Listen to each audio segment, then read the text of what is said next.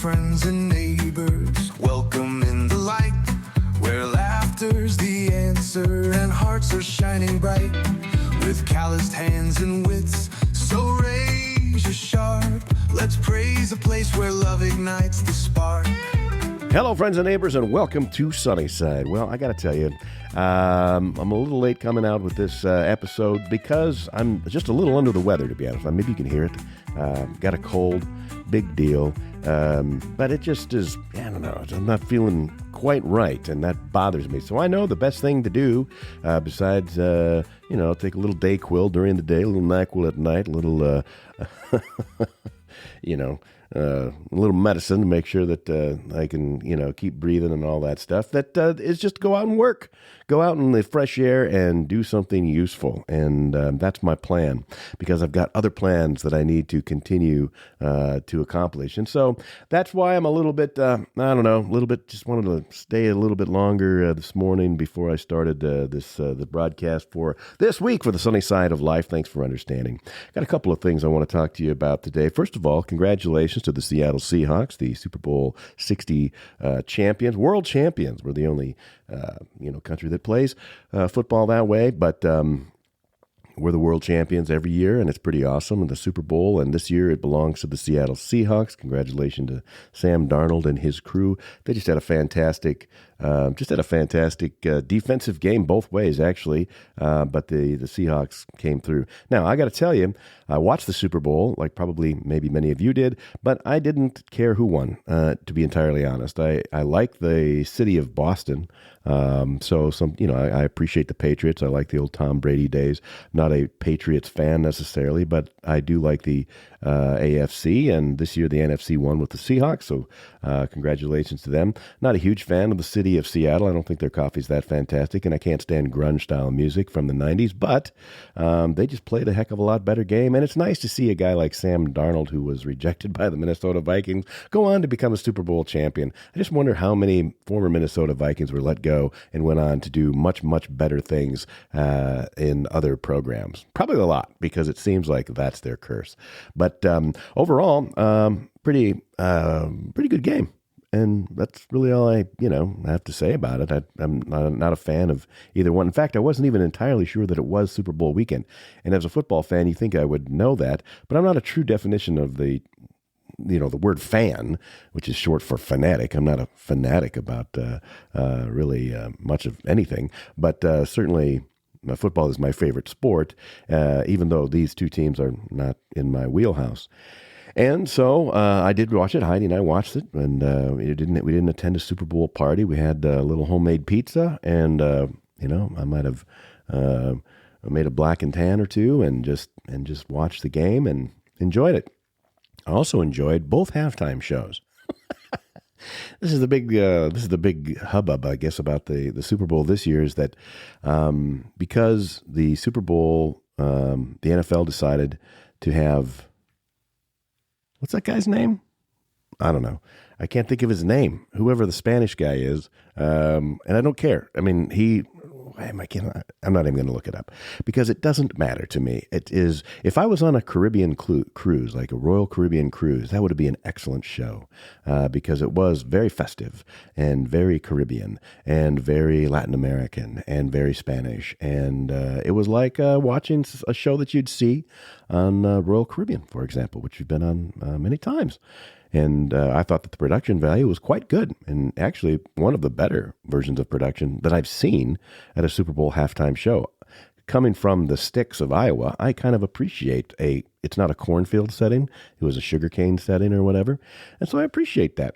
We have slightly different music out here in Iowa than what they have in Latin America and the Caribbean, but production value-wise, I thought it was pretty good.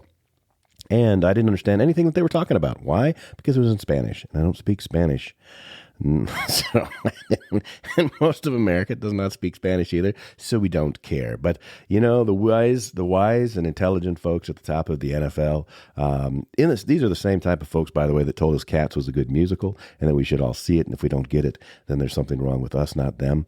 It's that type of down your nose thinking, I guess, like we're going to expand our world market, and we're going to do everything in Spanish. I think there's a lot of people that speak Spanish that watch the NFL. Most of them are Dallas Cowboy fans, from what I've seen. But regardless, I think they get it. I mean, I don't think that language is a barrier to understanding the game of American football. But apparently they do at the top of the NFL there, Roger. And so whatever it happens to be, that was not my favorite halftime show, but it wasn't bad. I mean, it wasn't. It was actually, like I said, production value I thought was pretty good. Dancers were great. Music was good. And if I was on a cruise, like a little vacation, I was like, this would be pretty cool. You know, I have no idea what he was singing about, like I said, because I don't speak Spanish. Now, on the flip side, Turning Point USA, they had an alternative halftime show, which was, I didn't think the production value was as good. It's just a bunch of country singers standing on stage, and Kid Rock appeared. But at the end, Kid Rock appeared at the end, and we were already going back into the game. That was just bad timing, is what that was. They should have started with Kid Rock, in my opinion, but they didn't. And I watched it, and I didn't even stick around for the whole Kid Rock thing. Why? Because I'm watching the football game. That's the deal. And I'm a little off put by Turning Point lately, probably because my guilty pleasure is I do listen to Candace Owens.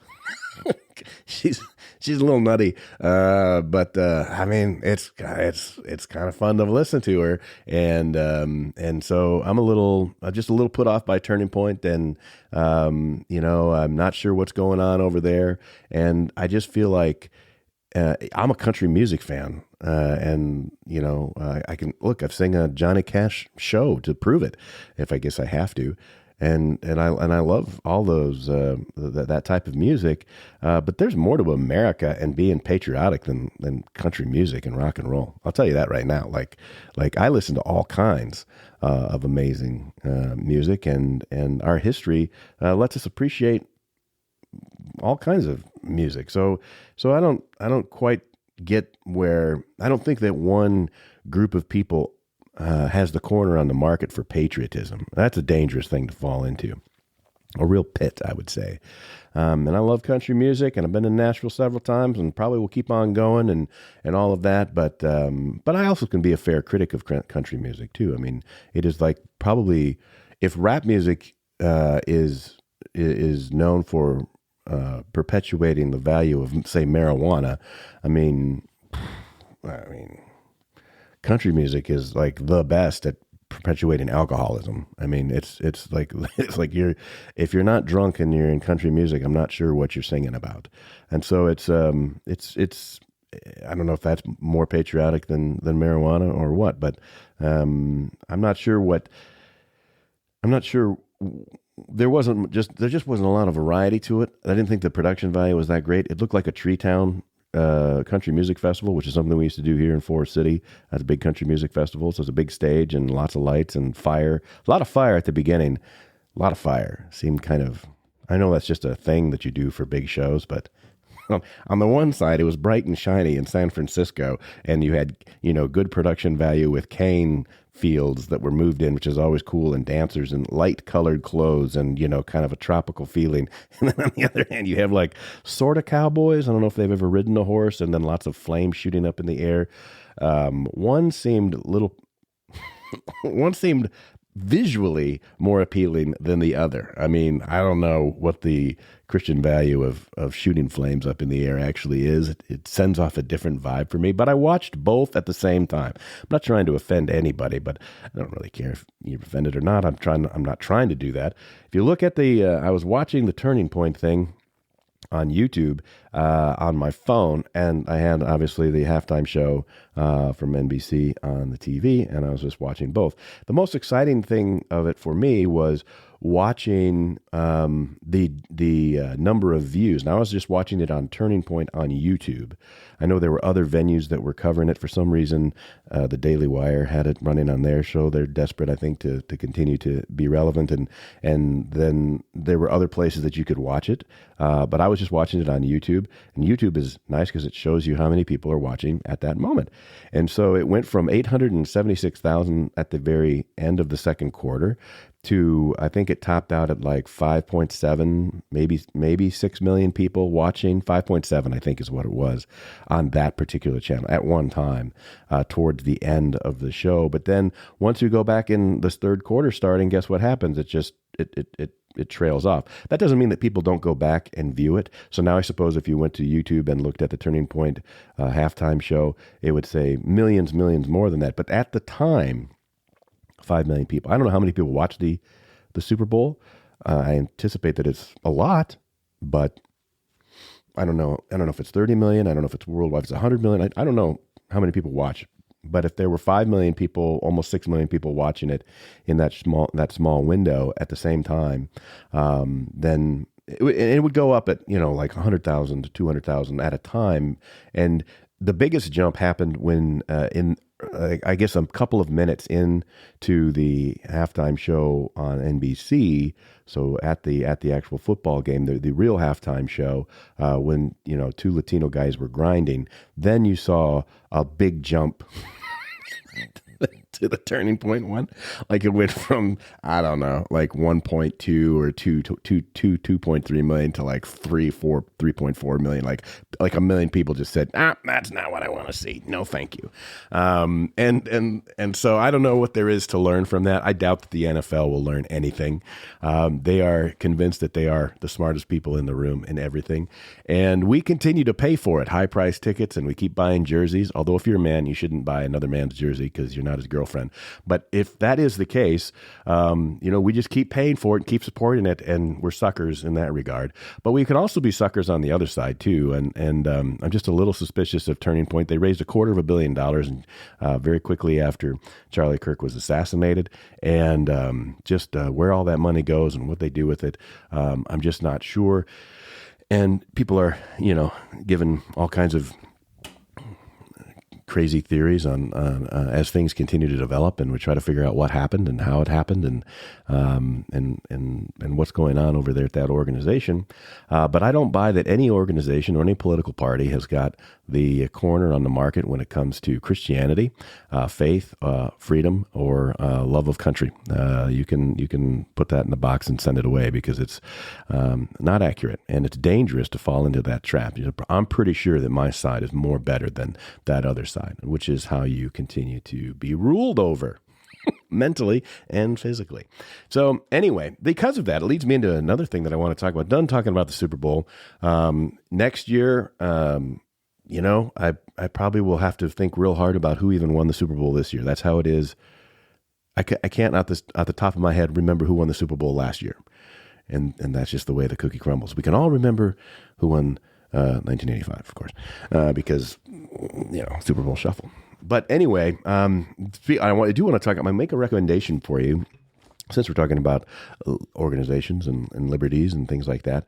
I am a supporter of a group called the Institute for Justice. Now, the Institute for Justice is a libertarian organization. It is a nonprofit public interest law firm. And what they do is they work to end the widespread abuses of government power and secure the constitutional rights for everybody, but for their clients in particular. They don't charge their clients anything to represent them. They've been to the Supreme Court and argued in front of the Supreme Court, I think something like 13 times they've presented and come away with victories. I don't know if they've won 13 victories, but they've certainly had some great successes there.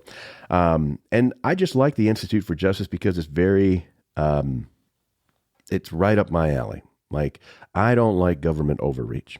And sometimes that has to do with rules in the state the legislature puts up that puts in favor certain industries or and makes it harder on small business owners. A lot of times it has to do with eminent domain and property rights, and sometimes it has to do with just overreach of policing or whatever it happens to be. And so I have been supporting the Institute for Justice for quite a long time. And it's like I said, it's a nonprofit. They provide outstanding attorneys nationwide to pick up cases and represent their clients for free, which is pretty darn good. And so I think it's a worthwhile cause. Obviously, they have to be selective in their cases, and I think they're pretty good at it. It just takes ordinary people that just are trying to earn an honest living, according to their own website, and they want to own and enjoy their property, and they want to speak freely, kind of like you and me. They want to give their children a good education, but sometimes they find the government is standing in their way, and it's the Institute for Justice that takes that to the court. And so they hold government officials accountable when they violate constitutional rights and prevent governments at all levels from bending the rules to expand their power or advance illegitimate ends. I don't know what their exact record is by the number, but they are 75% successful. So 3 out of the 4 cases that they take, they have outright courtroom victories because they understand the Constitution, because they're libertarian.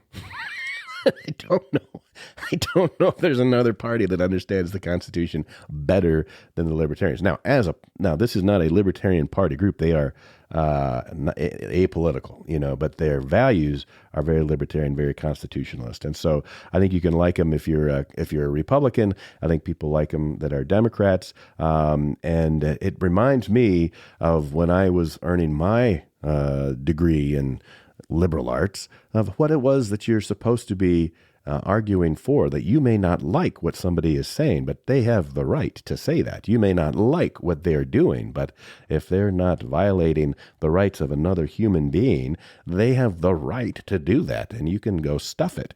And so that's how I've been as a conservative my whole life. So I like the Institute for Justice. Some of them, and maybe you're just like, well, what is this? And I'm just going to run through a couple of cases, not a lot, just going to highlight a few of them that they're working on right now that you might agree with. First of all, there's a nice couple, not elderly, and they wouldn't like that necessarily. They're an older couple from Calvin, Oklahoma, and what they do is they will take caskets, right? They don't make the caskets, but what they'll do is they'll take a plain casket that they buy, and then they will wrap it in anything, in any way that the family wants, so that the casket can be customized for their funeral, for their loved one.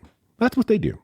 They're not making caskets. They're not doing any funeral directing. They're not doing any embalming. They're not doing none of that. They're just taking a casket and they're wrapping it, that they can design limitless designs, because it's all on a computer, and then they carefully wrap it, decorate it. They might redo the lining on the inside. They can, do whatever you want, but they're basically just tricking out a casket for the family so that it is,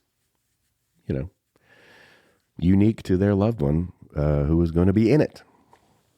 And that's something that, and it's not just the family. It's like sometimes just the person who knows they're going to pass away.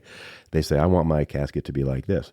And you can do that in just about every state in the union, except for a couple. And one of them is Oklahoma. And the reason for that is Oklahoma's got, for whatever reason, and every state actually has a funeral directors association of some sort. And they are a lobbying organization, and they make rules just like the beauty schools do, as lobbyists down at their respective state houses and capitals, and they've got rules in Oklahoma that says if you want to sell a casket.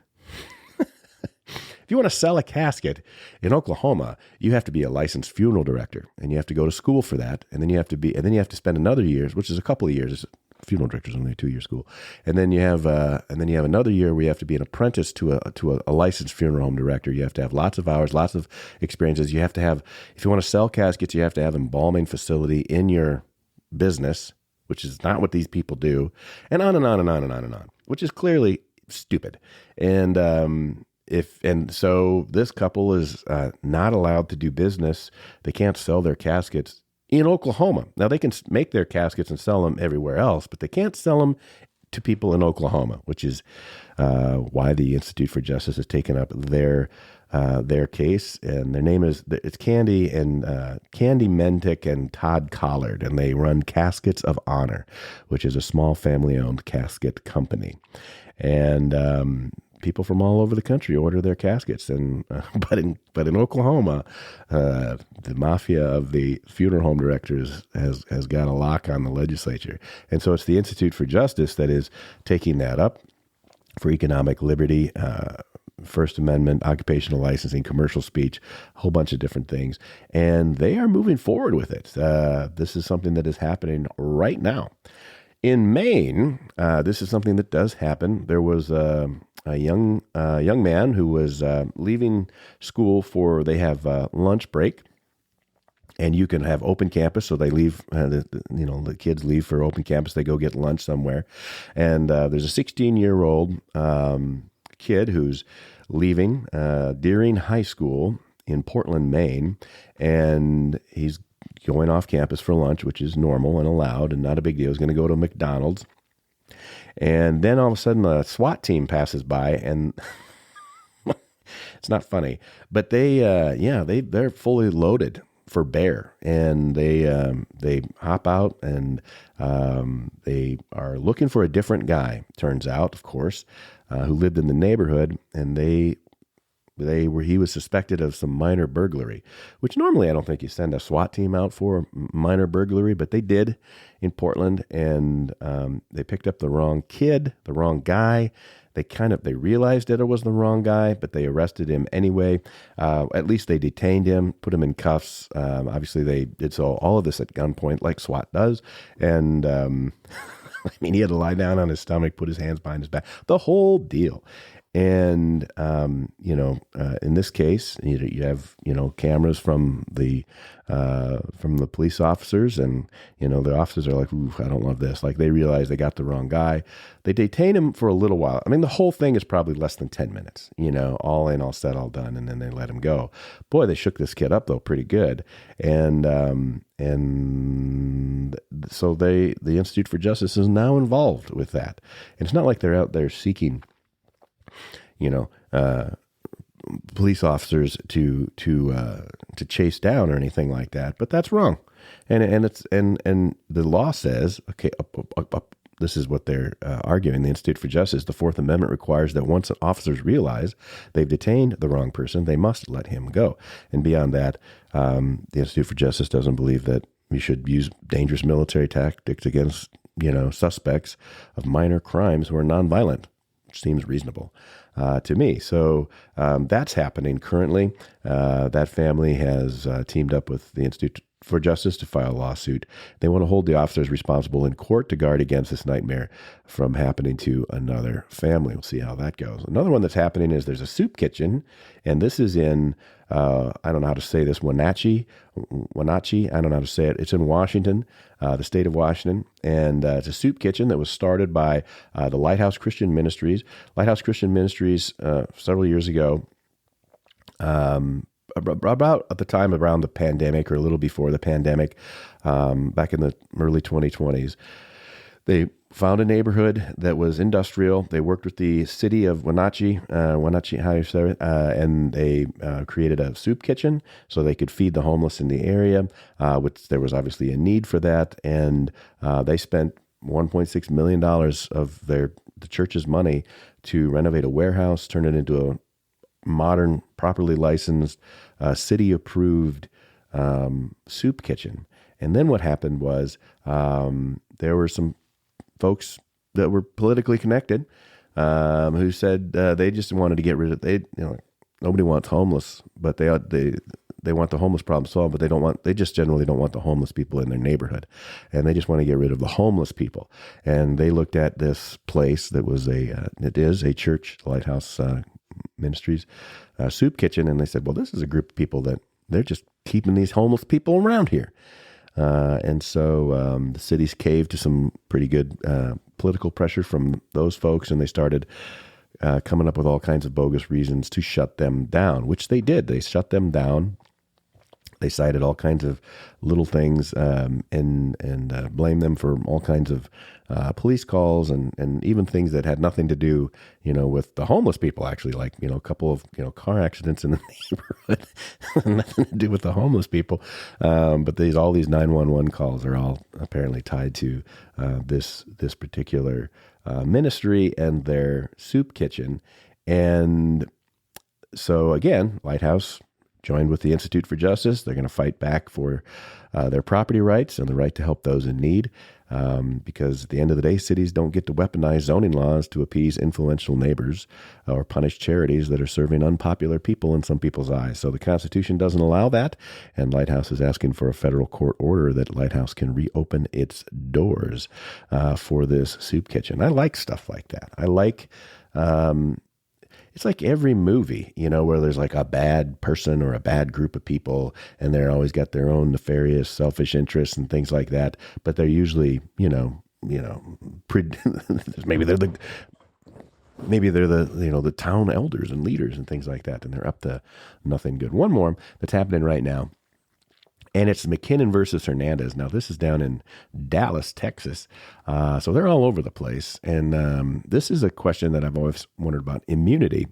So police and law enforcement folks get a certain level of immunity so that they can go and do their job without having to worry about always being sued by other people. And that qualified immunity is what it's called. And there's a guy who's a bar owner in Texas, in Dallas.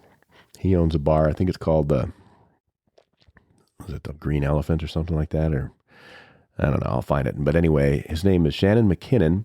And what happened is that there were shots fired outside the bar he owns in Dallas. It wasn't tied to, not necessarily his business, but he called the police.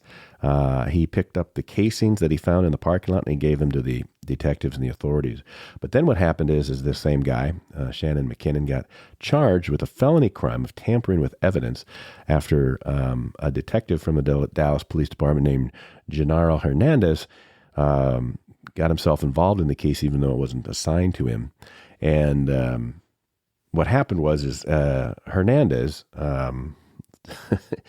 Hernandez was the one that was behind McKinnon getting charged for felony tampering with evidence, even though he wasn't assigned to that, and that was not what was happening. But what was happening is that Detective Hernandez was also moonlighting as a real estate agent, and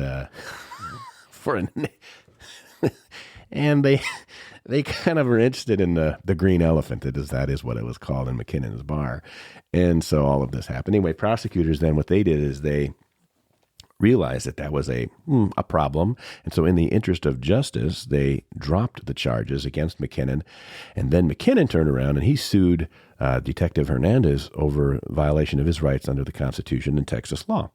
And so a district court allowed McKinnon's claims to move forward, but then Hernandez appealed to the 5th U.S. Circuit Court of Appeals, who took it up and dismissed McKinnon's suit right away. And so what's happening right now is the Institute for Justice is asking the United States Supreme Court to let McKinnon's case move forward and stop giving government officials special legal rights that the rest of us do not have. In other words, courts shouldn't be doing favors for officers who violate the law or any public official. And so that's the kind of stuff that the Institute for Justice does. Their website is very simple, ij.org. So www.ij.org. And I like the Institute for Justice. You can get their newsletter and kind of, it just kind of, they've taken care of people here in Iowa, out in western Iowa. There was a lady with a restaurant several years ago that the Institute for Justice took care of. Her rights were being violated by the city, and different things were happening there. And then they're just all over the place. And I like that. That's a good use of lawyers, and is defending regular people's constitutional rights for personal property, the operating ability to do, make your money in your profession without being having overbearing rules put upon you, and on and on and on and on. So the Institute for Justice, if you've never heard of them, check them out. If you want to support them, you can certainly do so. They are a nonprofit organization, so any donation is tax-free. And this was not, I'm not sponsored by the Institute for Justice. I just happen to sponsor and support them. And maybe you'll do the same thing. And that is a good way to wrap up this shorter episode today because I think the Institute for Justice is a great way to be the sunny side of other people's lives. However, the sunny side of my life just got a lot brighter around here with Heidi and I, our family, because guess what, folks? I talk about burying the headline. I am officially a grandpa now, and Austin Matthew joined us on the 5th of February, and we're very, very excited to meet him. I've got this cold I've got to get over so that I don't get the new baby, my first grandchild. I can't believe I'm saying that. I don't feel like that.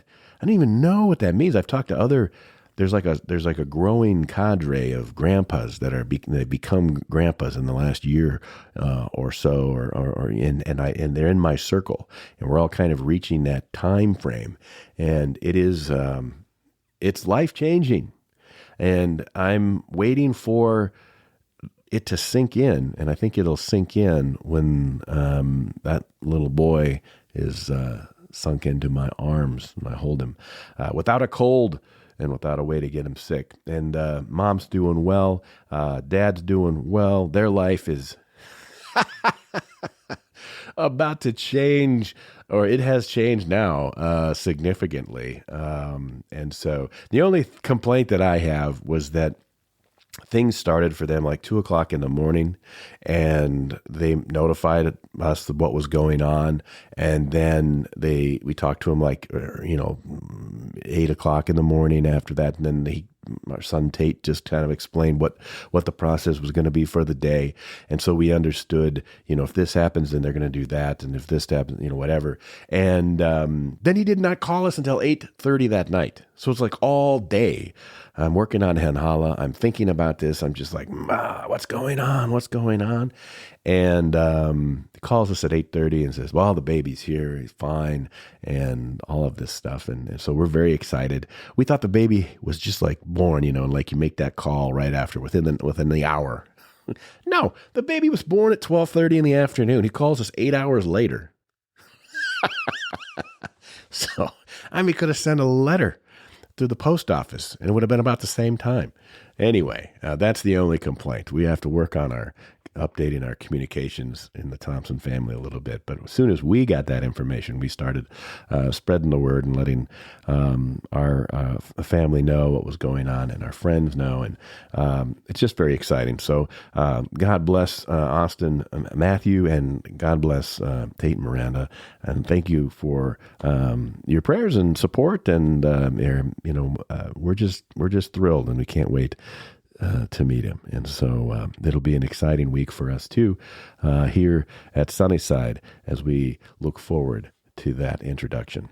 And so with that, my friends, keeping it short, I'm going to get healthy. I'm going to see this baby grandson of mine, and I want to make sure that we're doing the best we possibly can to do everything just like you, to be the sunny side of someone else's life. When the shadows fall and doubts begin to creep, remember, together we're strong, never weak. Lift your neighbor up with kindness every day. Let your actions speak the words you want to say. The Sunny Side of Life is a weekly production about our life on the family farmstead here in Iowa, the liberties we prize, and the pursuits which make us happy. None of this is possible, of course, without Christ in our lives. For the Lord God is our sun and our shield. He gives us grace and glory. Be the sunny side of someone else's life. Share your light and joy through struggle and strife. Keep your heart open and your soul always bright. Together we will share this sunny side life. Be the sunny side of someone else's life. Share your light and joy through struggle and strife. Always bright. Together we will share this sunny side life. May the Lord bless you and keep you, and may the sunny side of your life in Christ be made evident unto you each and every day, and give you peace.